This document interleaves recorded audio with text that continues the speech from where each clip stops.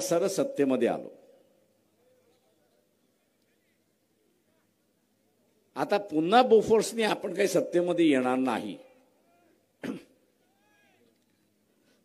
आणि पुन्हा बोफोर्समुळे सत्तेमध्ये येणार नाही तर आपल्याला असणारा एक सामाजिक वर्ग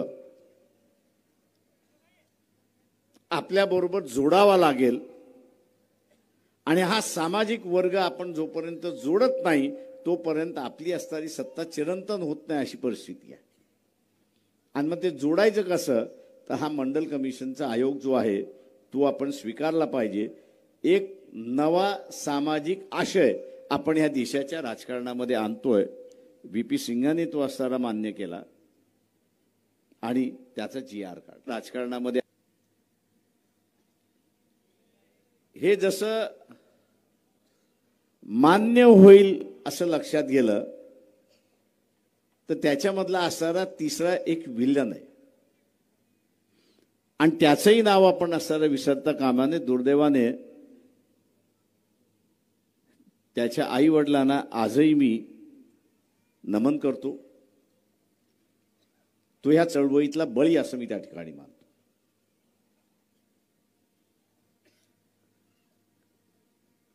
अनेक जणांना माहित नसेल दिल्लीमध्ये महिलांचा मोर्चा निघाला होता आणि त्या दिल्लीमधल्या महिलांच्या मोर्चामध्ये प्लेस कार्ड होतं म्हणजे फळक होता आणि एकसारखा फळक होता आणि त्या फळकामध्ये काय लिहिलं होतं की आम्हाला आरक्षण नको आणि आम्हाला आरक्षणातला नवराही नको। म्हणजे आम्हाला आरक्षणही नको आणि आरक्षणातला नवराही नको अशा असणाऱ्या पाट्या त्या ठिकाणी लावण्यात आल्या होत्या। आणि त्याच्याच मध्ये हा गोसावी नावाचा असणारा जो विद्यार्थी होता दिल्ली युनिव्हर्सिटी मधला त्याच्या विद्यार्थ्यांनी त्याच्या मित्रांनी त्याला असं सांगितलं की आपण विरोध केला पाहिजे। आपण असणारा फक्त तुझ्या पायावरती आम्ही असणारा घासलेट टाकतो, फोटो काढण्यात येईल, विद्यार्थ्यांचा विरोध आहे म्हणून त्याचा असणारा प्रचार केला जाईल। परंतु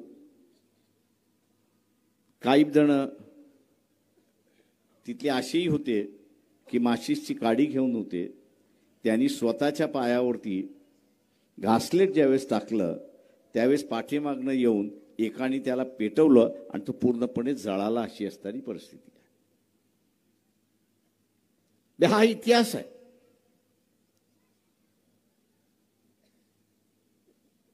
त्याला जाळण्याच्या पाठीमागचा जो भाग होता की देशामध्ये उठाव झाला नाही असं नाही,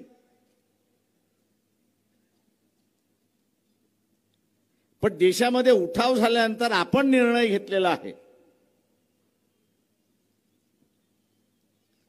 हा निर्णय आता मागे घेतला जाणार नाही, सरकार टिकलं किंवा न टिकलं। आणि त्यावेळेस एका बाजूला मंडल आणि दुसऱ्या बाजूला राम मंदिर बाबरी मस्जिद याचा वाद सुरुवात होता। भारतीय जनता पक्षाने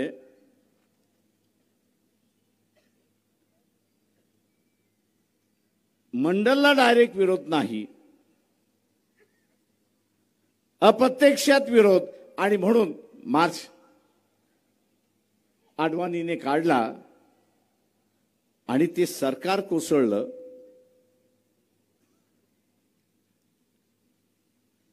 हा इशू सरकारने व्हीपी सिंगाच्या सरकारने घेतलेला निर्णय हा कोर्टामध्ये गेला आणि कोर्टाने सांगितलं की मंडल कमिशनचा सरकारने घेतलेला निर्णय हा संविधानिक आहे आणि तो टिकेल, हा निर्णय त्या ठिकाणी देण्यात आला। हा इतिहास आहे।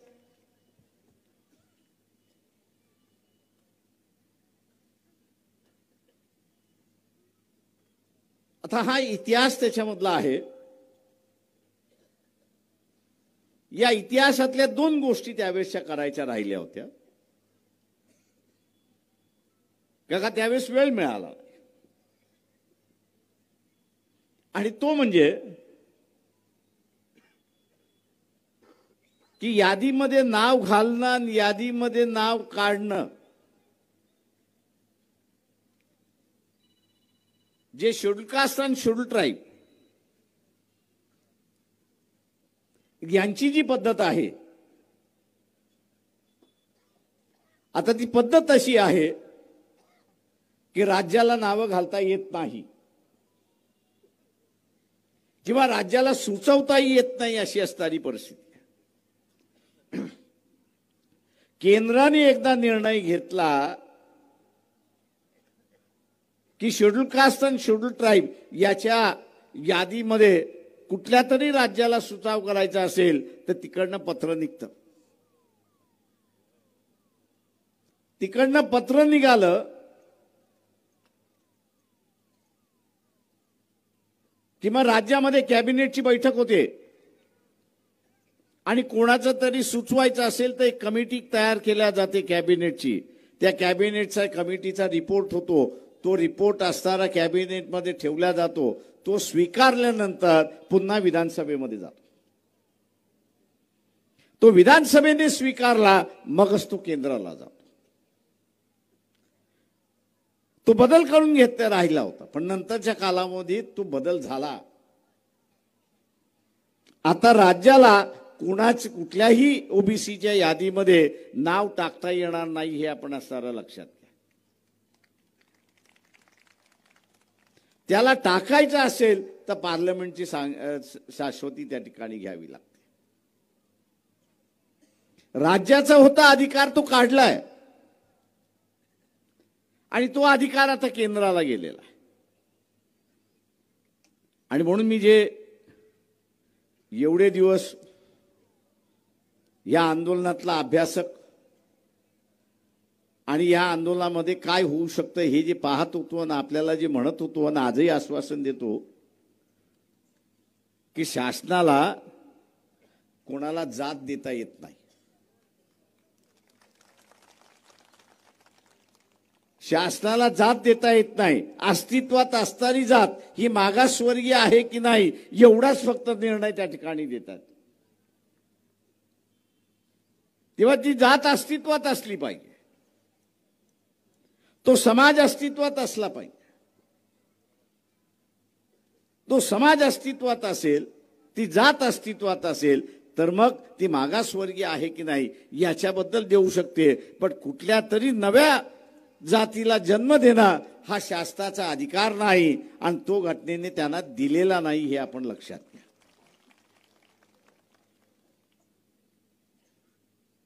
आणि त्यामुळे जरांगे पाटील यांनाही मी असं समजावून सांगितलंय की तुम्ही राजकारणासाठी करणार असाल तर फार चांगलं आहे.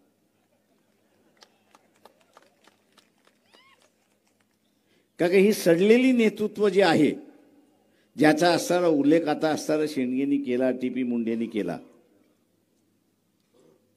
हे सडलेलं जे नेतृत्व आहे हे त्यांच्याही समाजाला असणारा न्याय देत नाही आणि आपल्यालाही असणारा न्याय देत नाही. त्या जरांगे पाटलाच्या निमित्तानं असणारा नवीन नेतृत्व येणार असेल तर त्याला आपण असणारं स्वागत केलं पाहिजे. पण त्याला असणारं सांगितलं पाहिजे, बाबा रे आमच्या ताटामध्ये येऊ नको.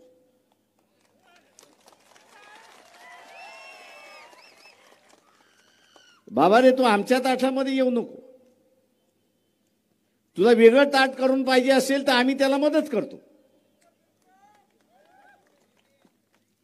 तुला वेगळं ताट करून पाहिजे असेल तर आम्ही तुला मदत करतो, पण आमच्या ताटामध्ये येऊ नको.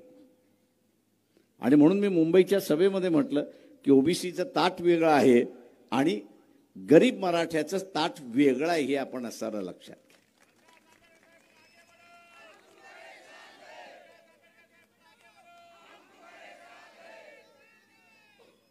जसं एससी आणि ट्रायबल दोघांनाही आरक्षण आहे, पण ट्रायबलचं आरक्षण ट्रायबलला, एससीचं आरक्षण एससीला. तशाच पद्धतीने ओबीसीचं आरक्षण ओबीसीला आणि उद्या कदाचित कोर्टाने मान्य केलं की गरीब मराठ्याला आरक्षण हे त्याचं आरक्षण, ही दोन्ही ताटं वेगळी झाली आणि राहिली तर या महाराष्ट्रामध्ये बदल घडू शकतो हे आपण असताना लक्षात घ्या. इथलं राजकीय नेतृत्व जे आहे ते मी चोरांचं नेतृत्व आहे असं म्हणतो. हे चोरांचं नेतृत्व आहे. हे आपल्याला तो लुटतात पण हे त्याच्याच समाजाला सुद्धा लुटतात हे लक्षात घ्या. आता जमिनीचा आपण असणारा हिस्सा घेतला तर 2 एकर 3 एकर 4 एकर 5 एकर असा जर वर्ग आपण हा घेतला तर या महाराष्ट्रामध्ये 70% आहे. या महाराष्ट्रामध्ये 70% आहे. पण या 70% समाजवार जर आपण विभागणी केली तर 50% मराठा आहे. म्हणजे लहान शेतकरी अल्पभूधारक शेतकरी हा मराठा आहे. पण केंद्र शासन हमी भाव देतं, त्या हमी भाव लागू करण्याची यंत्रणा असताना ते लागू करत नाही. आता हमी भाव लागू करायचा असेल तर काय करावं लागेल? या ज्या सगळ्या बाजार समिती आहेत आणि त्या बाजार समितीचे जे डायरेक्टर आहेत त्यांना सारं सांगावं लागेल की जो हमी भाव आहे त्याच्यापेक्षा कमी विकल्या गेलं तर तुम्हाला 5 वर्षाची सजा. भाव हमी गेला कमी गेला तर तुम्ही खरेदी करा ना. बाजार समित्या त्याच्यासाठीच उभ्या केलेल्या आहेत.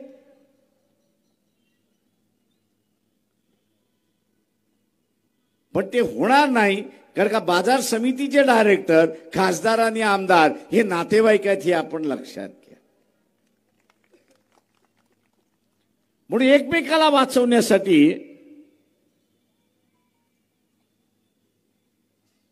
हे मागे पुढे पाहत नाही आणि एक लुटारूंची व्यवस्था ह्या महाराष्ट्रामध्ये उभी झाली. एक लुटारूंची व्यवस्था झाली. मागच्या निवडणुकीमध्ये आम्ही बदलण्याचा प्रयत्न केला. नांदेडमध्ये कोणाला उभं केलं होतं? वंचित बहुजन आघाडीने. मतदान दिलं का? पण तू जिंकला ना काय नाही? याचं कारण असं आहे की इथे जे शेंडगेने सांगितलं की माझी मानसिकता लढण्याची नाही आहे.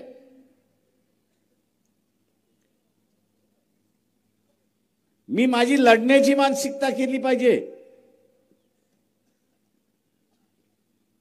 त्यांनी जे सांगितलं की आरक्षणवाद्यालाच मतदान दिलं पाहिजे. त्यांनी सांगितलं काय? आरक्षणवाद्यालाच मतदान दिलं पाहिजे. आपण ते करतो का? भारतीय जनता पक्षाचा अजेंडा काय आहे?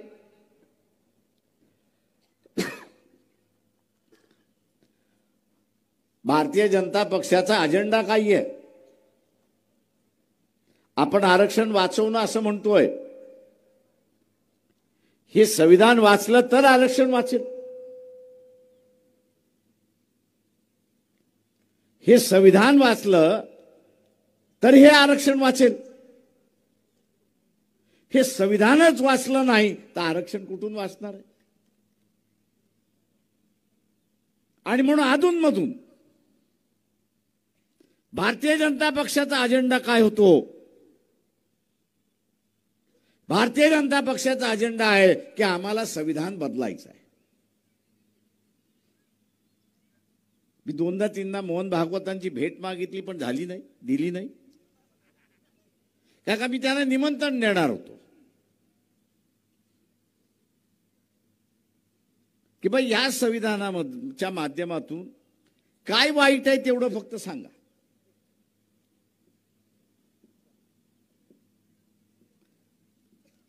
काय वाईट आहे तेवढं फक्त लोकांना सांगा. पटलं आम्हाला तर आम्ही तुमच्या बाजूचे, तुम्ही आम्हाला पटवू शकला नाही तर तुम्ही आमच्या बाजूचे व्हा.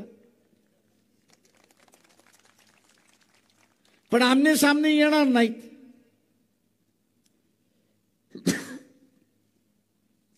आणि आमने सामने काय येणार नाहीत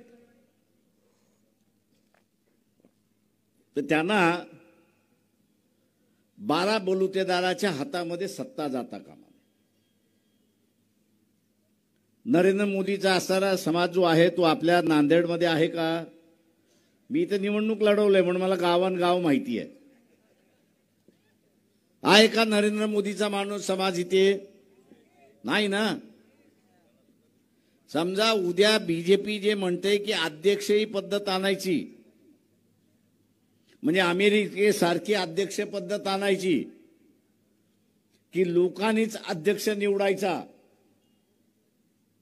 लोकांनीच अध्यक्ष निवडायचा, असं जर झालं असतं तर नरेंद्र मोदीला आपल्या इथनं मतं मिळाली असती का? हे जे संविधान बदलण्याची जी चर्चा चालली आहे त्याचं मूळ कारण इथला तेली आहे, तांबोळी आहे, कुणबी आहे, लोहार आहे, सोनार आहे, धनगर आहे, मराठा आहे, हुशार आहे, लोकांचा विश्वास संपादन करू शकतो, लोकसभेच्या मतदारसंघातून निवडून येऊ शकतो, तर या देशाचा तो पंतप्रधान होऊ शकतो. कारण का मतदारसंघ लहान आहे. आणि म्हणून इथल्या वेगवेगळ्या समूहाला पंतप्रधान होण्याची, निवडून येण्याची संधी आहे हे आपण लक्षात घ्या. जे अध्यक्षीय पद्धत आणते, मला एक सांगा, कुंभार जो आहे तो लोहाराला मतदान देतो का? देणार वेगळा, देतो का विचारतोय मी. देईन आहे ना. मग तुमचं मत जाणार कोणाला? तर ब्राह्मणाला जाणार. पाटलाला जरी गेलं तरी त्या राज्यापुरतं, बाजूच्या राज्यामध्ये पाटील आहे का? RSS ही संघटना कोणाची? तेव्हा त्यांचाच पंतप्रधान कायमचा कसा होईल हे राजकारण चाललेलं आहे, हे आपण लक्षात घ्या. आणि म्हणून संविधान बदला म्हणून त्या ठिकाणी सांगितलेलं आहे. म्हणजे महात्मा फुलेपासून शाहू महाराजांपर्यंत बाबासाहेब या सगळ्यांनी सामान्याच्या हातामध्ये सत्ता आणून दिली. सामान्यातला सामान्य माणूस इथला सत्ताधारी होऊ शकतो. शिक्षणाची दारं खुली करण्यात आली. उद्याचा व्यवसाय या ठिकाणी करू शकतो. ही अध्यक्षीय पद्धत आली तर या सोयी काही राहतील का? एकदा अध्यक्ष खुर्चीवरती बसला तर 5 वर्षासाठी बसला.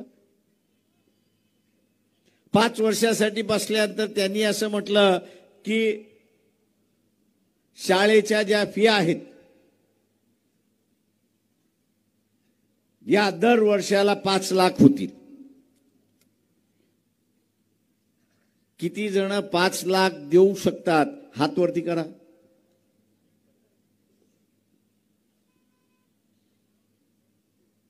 आत्ताच देवेंद्र फडणवीसने सांगितलं की आम्ही 25,000 प्राथमिक शाळा बंद करणार आहोत.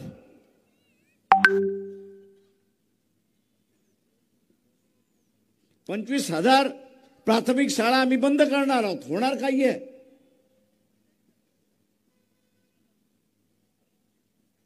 होणार एवढंच आहे की खाजगी शाळा सुरुवात होतील आणि त्या खाजगी शाळेमध्ये 50,000 60,000 फिया होतील, देऊ शकता का?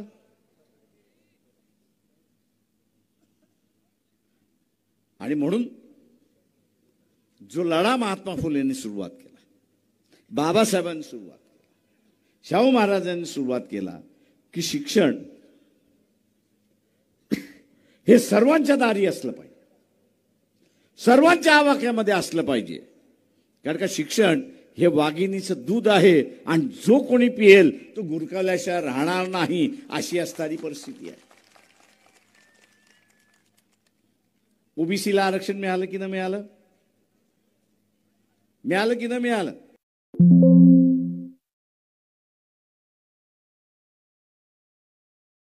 डॉक्टर झाला,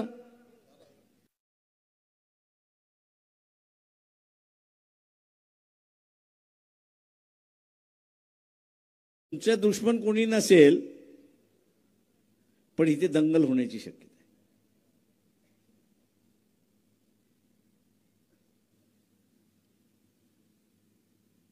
आता ही दंगल आपण करायची का?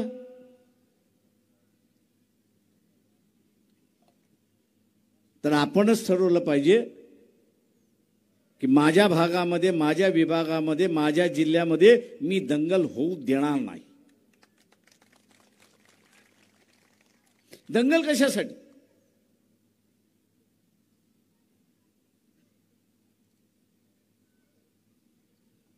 हा सरकार म्हणत असेल की इथल्या असणारा बाजार समितीचा डायरेक्टर ऐकत नाही, त्याला मारा, त्याला मारायला मी तयार आहे. काय का तो ऐकत नाहीये? काय ऐकत नाहीये? तर हमी भावाप्रमाणे तो असणारा माल विकत घेतला जाईल याची तो यंत्रणा करत नाहीये.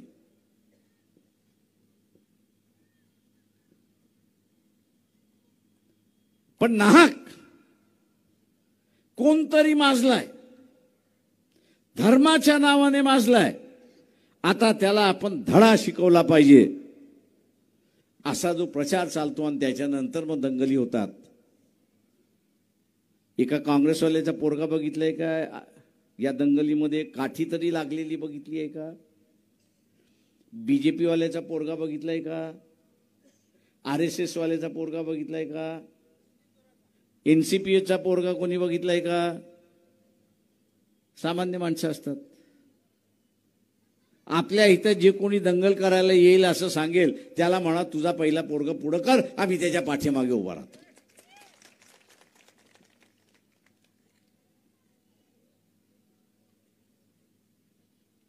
आणि म्हणून उद्याचा असणारा हा बदल आपल्याला करायचा.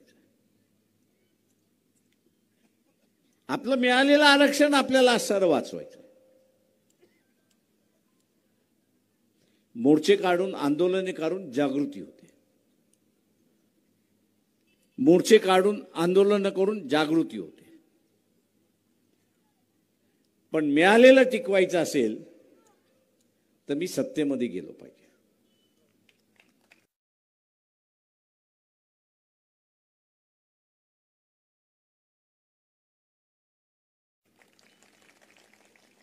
ओबीसीच्या हातामध्ये सत्ता आली पाहिजे. त्यांच्या हातामध्ये सत्ता कशी आहे? कशी आहे?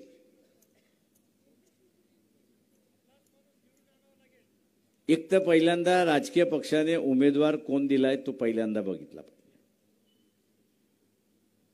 दिलेला उमेदवार हा ओबीसीच्या बाजूने आहे की नाही, ओबीसी आहे की नाही. दुसरं जे बघायचं आहे तो ओबीसीच्या बाजूने आहे आणि ओबीसी आहे की नाही हे बघितलं पाहिजे. आणि तिसरा, आपण या इलेक्शनमध्ये त्याग कसला करायचा आहे? दोन गोष्टींचा आपल्याला असणारा त्याग करायचा. तीन गोष्टी असं म्हणतो. एक म्हणजे कबाब, दुसरा म्हणजे शबाब आणि तिसरा म्हणजे महात्मा गांधी. म्हणजे महात्मा गांधी, कबाब आणि शबाब या 3 गोष्टींचं वर्ज आपण जर केलं तर ज्याच्यासाठी आपण या ठिकाणी जमलेलो आहोत की माझीच सत्ता, ओबीसी सत्ता, ते आपण सहज त्या ठिकाणी घेऊ शकतो. मला एक सांगा की ज्याच्याकडून तुम्ही कबाब घेता, शबाब घेता, महात्मा गांधी घेता, इलेक्शन संपल्यानंतर त्याच्या दारावरती तरी जाऊ शकता का? त्याच्या दारावरती तरी जाऊ शकता का? मग आपण एवढे भिकारी आहोत का की आपल्या आयुष्यामध्ये आपण कबाब, शबाब आणि महात्मा गांधी कमवत नाही म्हणून? राजकारणामधली नैतिकता ही सगळ्यात महत्वाची आहे, एवढं लक्षात घ्या.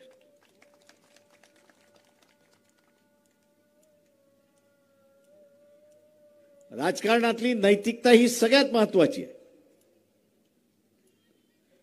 आणि ज्या समूहाकडे नैतिकता आहे, ज्या समूहाकडे नैतिकता आहे, त्या समूहाकडे सत्ता आहे हे आपण लक्षात घ्या. नैतिकता नसेल तर सत्ता नाही. उद्या आपण असं कोणतरी येतं, मी मंदिर बांधून देतो, अमुक देतो, तमुक देतो, आपण त्याला हात जोडून म्हटलं पाहिजे की मी निवडून येतो, मी निवडून आलो की शासनाचा पैसा मीच वापरतो आणि मला नवं मंदिर बांधायचं असेल तर मी नवं मंदिर बांधेन, तिथे टाळ बांधायचा असेल तर मीच स्वतःहून असाला टाळ देईन, तुझा आला अजिबात नको आहे.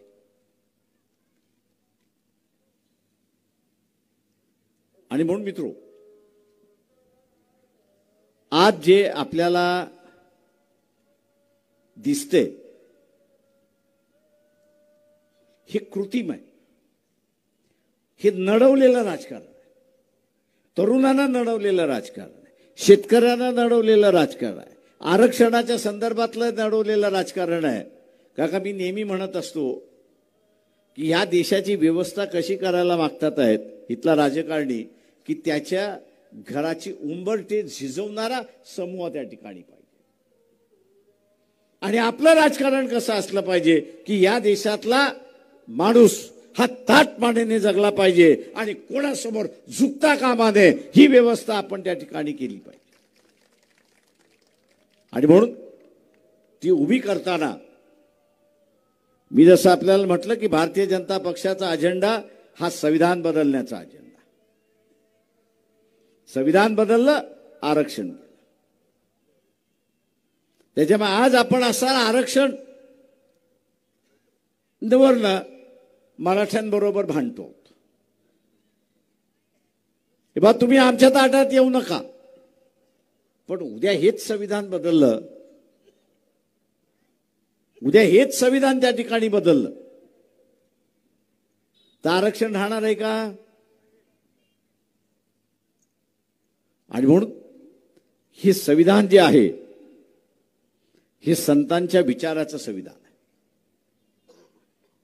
हे संविधान जे आहे ते महात्मा फुले शाहू महाराज यांच्या विचारांचं असणारं संविधान आहे. आणि म्हणून हे संविधान टिकलं तर आपला अधिकार टिकला. आणि म्हणून हे संविधान टिकवण्यासाठी आपण सगळेजण प्रयत्न कराल हीच अपेक्षा बाळगतो आणि आपली सगळ्यांची रजा घेतो. जय भीम, जय भारत. छोटे फंक्शन के लिए Mayur classic AC banquet hall मिलेगा सिर्फ 10,000 रुपयों में। Mayur classic AC banquet hall, जुड़े Solapur. Management by Spice and Ice events.